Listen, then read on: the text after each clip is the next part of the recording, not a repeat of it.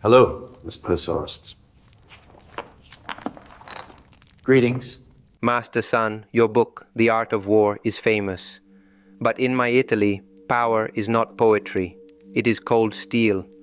You write about the way, but I write about the reality. Power that relies only on steel is brittle, Niccolo. It snaps under pressure. You mistake violence for strength. The supreme art of war is to subdue the enemy without fighting. If you have to draw your sword, you have already failed to plan. Failed, or simply acted. Men are ungrateful, fickle, pretenders. If you treat them with kindness, they will betray you.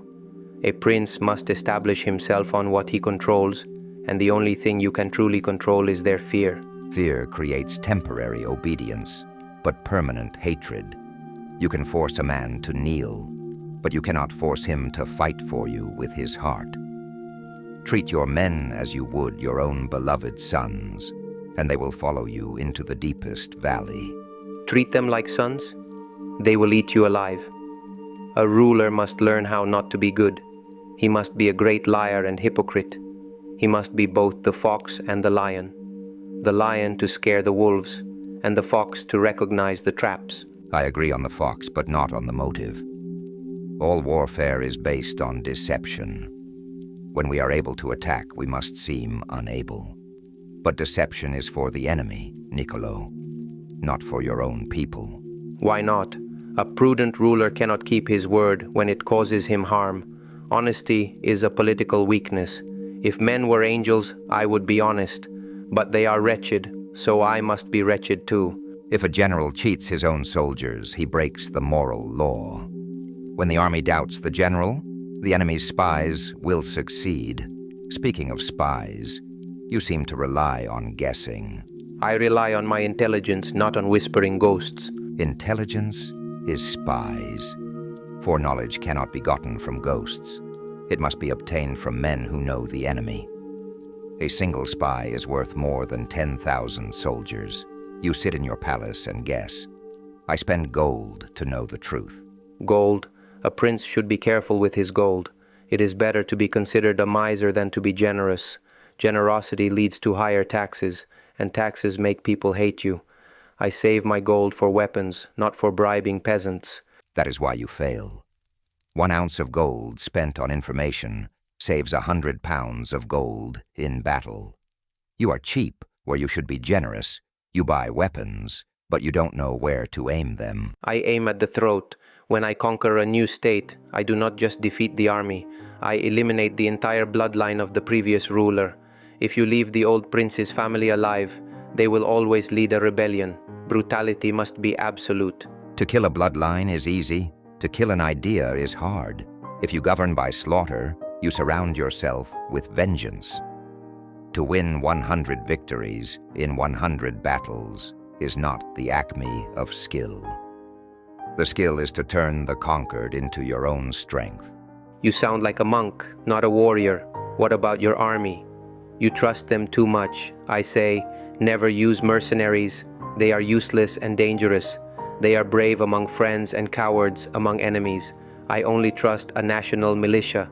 There are no bad soldiers, only bad generals, mercenaries, peasants, or nobles. It does not matter. If you put them on death ground, where there is no escape, they will fight. It is not about who they are. It is about where you place them. You gamble with human nature. I do not gamble. I assume the worst. I build fortresses. I assume my neighbors want to destroy me, so I strike first. A preemptive attack is the only defense. He who knows when he can fight and when he cannot will be victorious. Attacking first is often foolish. Sometimes the best move is to wait, to let the enemy exhaust himself. You are too impatient, Niccolo. Impatience? I call it decisive action. Fortuna is a woman. She must be beaten and dominated. If you wait, she will leave you for a younger, bolder man. You fight the currents of the universe. I flow with them. Move swift as the wind and closely formed as the wood.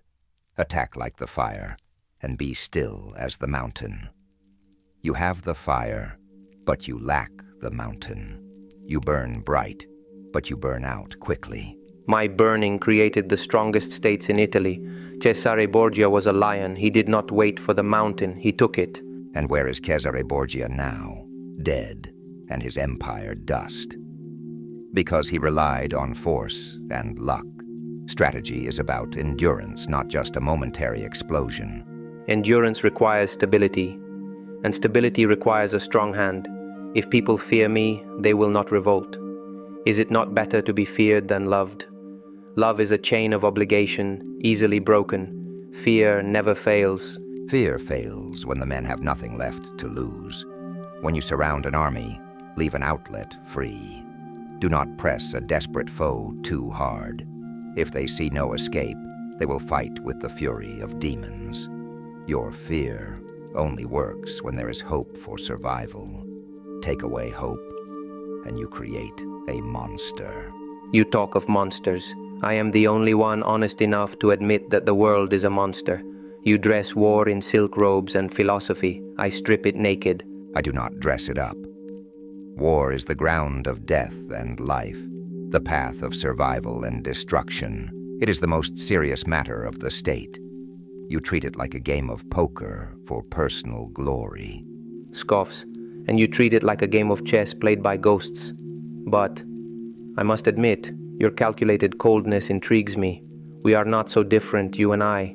We both know that the sheep need a shepherd. The difference is, you shear the sheep until they freeze. I protect them so they produce wool forever. A dead sheep gives no wool, but a rebellious sheep destroys the flock. I prefer a silent flock. Silence is not peace, Niccolo. It is just a pause before the storm. Let the storm come. I have built my dam. And I have become the water that flows over it. Let us agree to disagree, General. You play for the ages, I play for today. The clever combatant looks to the effect of combined energy and does not require too much from individuals. You are alone, Niccolo. That is your weakness. Better to be alone than to be betrayed. Better to be victorious than to be right. Two masters of power, separated by centuries but united by the thirst for victory. One believes in the flow of water and collective strength, the other in the hardness of steel and individual cunning. Who would you trust to lead your nation in a crisis?